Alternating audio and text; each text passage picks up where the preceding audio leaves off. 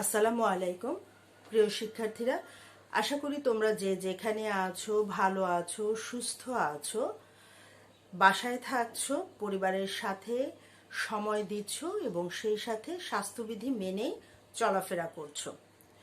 আমাদের বর্তমান পরিবেশ বা পরিস্থিতি সেটা আমাদের জন্য আসলে অনুকূল নয়। এই পরিবেশে আমাদেরকে অবশ্যই নিজের স্বাস্থ্য সচেতনতা থাকতে হবে। সবচাইতে বড় জিনিস, নিজের কথার পাশাপাশি পরিবারের কথা আমাদেরকে ভাবতে হবে, যাতে আমাকে দ্বারা আমার পরিবারের কেউই ক্ষতিগ্রস্ত না হয়। তাহলে চলো বন্ধুরা, আজকে আমরা বাংলাদেশ ও বিশ্ব পরিচয়ের 7ম অধ্যায় বাংলাদেশের জলবায়ু সম্পর্কে পড়ব। আশা করি তোমাদের প্রত্যেকের কাছে বইটি আছে, সেই সাথে হাতের কাছে পেন্সিল রাখবে, কারণ অনেক সময় ভেতর থেকে আমরা নানা ধরনের বাক্য বা প্যারা দাগিয়ে থাকি, যা থেকে আমাদের বহু নির্বাচনী প্রশ্ন কিংবা আমাদের সংক্ষিপ্ত যে প্রশ্নগুলো আছে, অর্থাৎ আমাদের জ্ঞানমূলক প্রশ্ন, এই প্রশ্নগুলো আসতে পারে। তাহলে চলো আজকে আমরা শুরু করি আমাদের 7ম অধ্যায় বাংলাদেশের জলবায়ু, পৃষ্ঠা 62 থেকে। আশা করি তোমরা বইটি এর মধ্যে খুলেছ।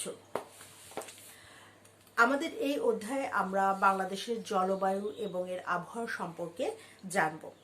আবহাওয়া ও জলবায়ু শব্দ দুটি এক বলে মনে হলেও বস্তুত এক নয়। আবহাওয়া হলো কোনো একটি অঞ্চলের একদিনের বা কোনো দিনের কোনো বিশেষ সময়ের বাতাসের তাপ, চাপ, আর্দ্রতা, তাপমাত্রা, বায়ুর চাপ ও গতি, বাতাসের আর্দ্রতার পরিমাণ হিসাব করে এটা নির্ধারণ করা হয়। আবহাওয়া প্রতিদিন, এমনকি ঘন্টায় ঘন্টায়ও বদলে যেতে পারে। অন্যদিকে কোনো অঞ্চলের 30 থেকে 40 বছরের গড় আবহাওয়াকে বলা হয় জলবায়ু।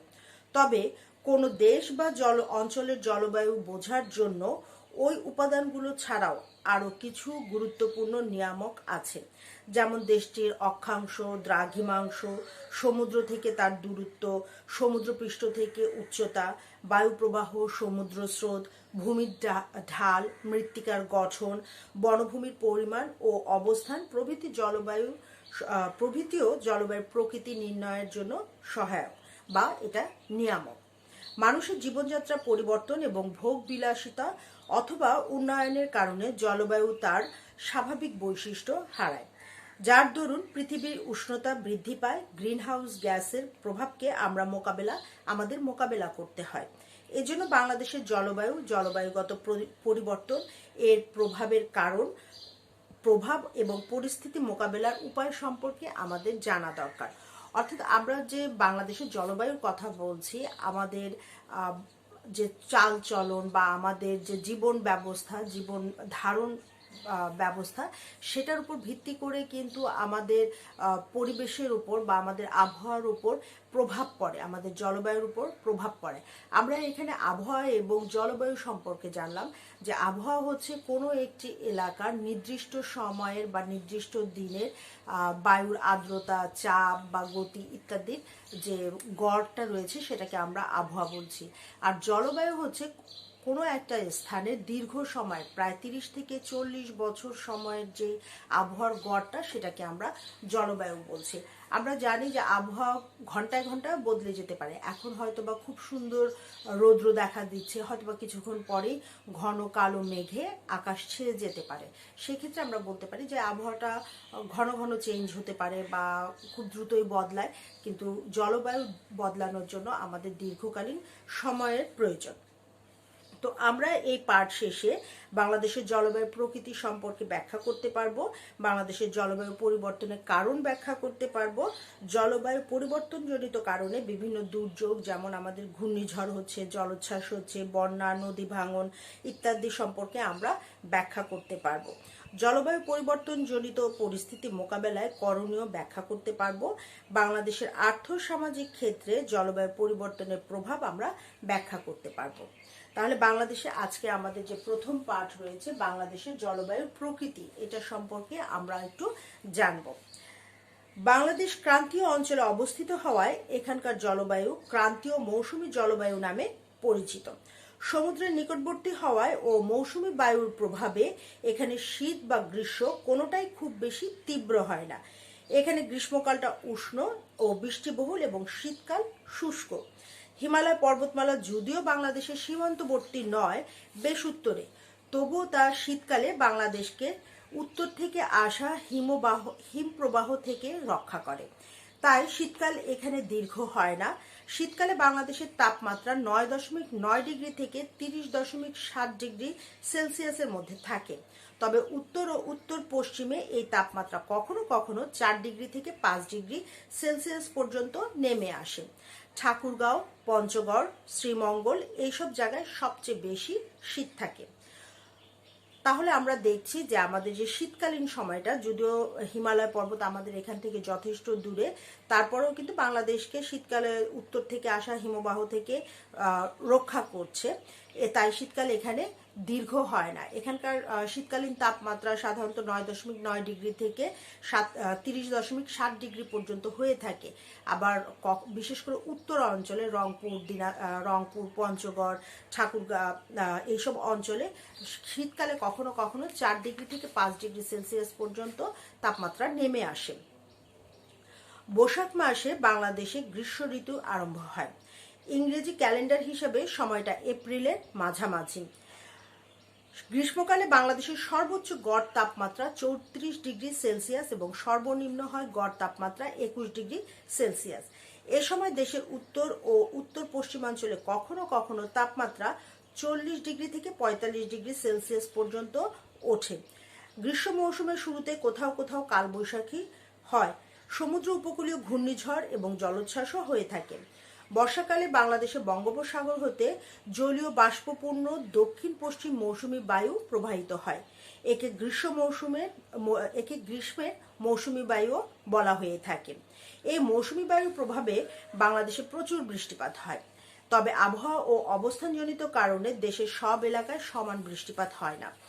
সিলেট, চট্টগ্রাম, কক্সবাজার এসব এলাকায় বেশি বৃষ্টিপাত হয়। অন্যদিকে রাজশাহী, পাবনা, কুষ্টিয়া এসব এলাকাতে কম বৃষ্টিপাত হয়ে থাকে। শরৎকালেও বাংলাদেশে বৃষ্টি হয়, তবে এ সময় বৃষ্টিপাতের পরিমাণ থাকে খুব কম। বর্ষাকালে নদী ভাঙনের পরিমাণও বেড়ে যায়। এপ্রিল, মে ও অক্টোবর, নভেম্বর বছরের এই দুই সময়ে মৌসুমী বায়ুর কারণে বাংলাদেশে বেশ ঘূর্ণিঝড় এবং জলোচ্ছ্বাস হয়। বাংলাদেশের জলবায়ুকে বলা হয় সমভাবাপন্ন, অর্থাৎ এখানে অনুকূল এবং প্রতিকূল দুই ধরনের আবহাওয়ারই প্রভাব রয়েছে। অনুকূল প্রভাবের আবহাওয়ার ফলে বাংলাদেশের প্রকৃতি সুজলা সুফলা, শস্য শ্যামলা। অন্যদিকে প্রতিকূল আবহাওয়ার প্রভাবে ঝড়, জলোচ্ছ্বাস, বন্যা, টর্নেডো, কালবৈশাখী ও অতিবৃষ্টির মতো কোনো না কোনো দুর্যোগ বাংলাদেশের মানুষের জন্য দুর্ভোগ বয়ে নিয়ে আসে। তাহলে আমরা কি দেখতে পাচ্ছি? দেখো, আমরা দেখতে পাচ্ছি আমাদের শীতকালে যেমন শীতের মাত্রাটা বেশি হচ্ছে না, আবার গ্রীষ্মকালেও কিন্তু আমাদের তাপমাত্রা অত বেশি থাকে না। সাধারণত গ্রীষ্মকালে বাংলাদেশের তাপমাত্রা তোমার 34 ডিগ্রি থেকে শুরু করে সর্বোচ্চ 34 ডিগ্রি এবং সর্বনিম্ন 21 ডিগ্রি সেলসিয়াস থাকে। তবে কিছু কিছু অঞ্চল, যেমন কিছুক্ষণ আগেও যেটা বললাম যে শীতকালীন সময়ে ঠাকুরগাঁও, পঞ্চগড়, রংপুর এসব অঞ্চলে যেমন শীত বেশি থাকে, ঠিক একইভাবে গরমও কিন্তু বেশি থাকে। কখনো কখনো এইসব অঞ্চলে 40 থেকে 45 ডিগ্রি পর্যন্ত সেলসিয়াসের তাপমাত্রা দেখা যায়।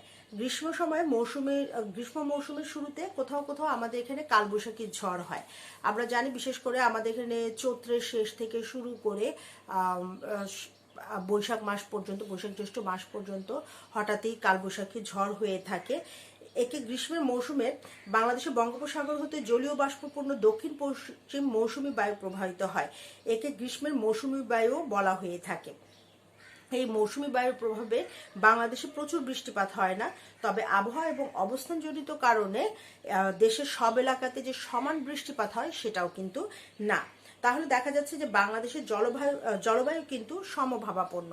এদিকে যেমন একদিকে শীতকালে শীতের পরিমাণ বেশি না, তেমনি আবার গ্রীষ্মকালে গরমের পরিমাণটাও কিন্তু বেশি না। অনুকূল পরিবেশের কারণে দেখা যায় বাংলাদেশ আমাদের শস্য শ্যামলা, সুজলা সুফলা। আবার অন্যদিকে বৈরী আবহাওয়া আমাদের আছে সারা বছরই, প্রতি বছরই আমাদের দেখা যায় ঝড়, জলোচ্ছ্বাস, ঘূর্ণিঝড় বা কালবৈশাখী ইত্যাদি কিন্তু আমাদের লেগেই আছে। অর্থাৎ এগুলো আমাদের দেশের জন্য বলতে গেলে একটি সাধারণ যে দুর্যোগগুলো, এই দুর্যোগগুলো আমরা প্রতি বছরই সম্মুখীন হচ্ছি কোনো না কোনোভাবে বা কোনো না কোনো অঞ্চলে। বিশেষ করে আমাদের উপকূলবর্তী এলাকায় তো জলোচ্ছ্বাস, ঘূর্ণিঝড় এগুলোর পরিমাণ একটু বেশিই থাকে। তাহলে এই পাঠটি থেকে আমরা বাংলাদেশের জলবায়ুর প্রকৃতি সম্পর্কে একটি ধারণা পেলাম। তোমরা অবশ্যই পাঠটি ভালোভাবে রিডিং পড়বে এবং সেই ক্ষেত্রে এখানে যে আমাদের কিছু এইগুলো আছে, লাইনগুলো আছে, যেমন শীতকালে বাংলাদেশের তাপমাত্রা 9.9 ডিগ্রি থেকে 30.7 ডিগ্রি সেলসিয়াস হয়ে থাকে। আবার উত্তর ও উত্তর পশ্চিমে এই তাপমাত্রা কখনো 4 ডিগ্রি থেকে 5 ডিগ্রি হয়। এই জায়গাগুলো তোমরা আন্ডারলাইন করো, পেন্সিল দিয়ে আন্ডারলাইন করো। এরপরে আছে আমাদের এখানে গ্রীষ্মে বাংলাদেশের সর্বোচ্চ গড় তাপমাত্রা কত হতে পারে, 34 ডিগ্রি সেলসিয়াস এবং সর্বনিম্ন হচ্ছে 21 ডিগ্রি সেলসিয়াস। আর উত্তর পশ্চিম অঞ্চলে হয়ে থাকে কত, 40 থেকে 45 ডিগ্রি সেলসিয়াস। তারপরে আমাদেরকে এটা দেখতে হবে বাংলাদেশের বঙ্গোপসাগর হতে জলীয় বাষ্পপূর্ণ দক্ষিণ পশ্চিম মৌসুমী বায়ু প্রবাহিত হয়। এই গ্রীষ্মে একে গ্রীষ্মের মৌসুমী বায়ু বলা হয়ে থাকে। এই লাইনগুলো অবশ্যই তোমরা দাগিয়ে রাখবে। সেই সাথে আছে বাংলাদেশের জলবায়ুকে বলা হয় সমভাবাপন্ন, অর্থাৎ আমাদের এখান থেকে প্রশ্নও থাকতে পারে কিন্তু বাংলাদেশের জলবায়ুকে কোন ধরনের জলবায়ু বলা হয়ে থাকে, জ্ঞানমূলক প্রশ্নে থাকতে পারে কিংবা আমাদের বহু নির্বাচনী প্রশ্ন থাকতে পারে। তো শিক্ষার্থীরা তোমরা ভালো থাকবে, সুস্থ থাকবে, নিয়মিত অনলাইন ক্লাসগুলো দেখবে এবং কমেন্টে অবশ্যই তোমাদের নাম রোল লিখবে। ভালো থেকো।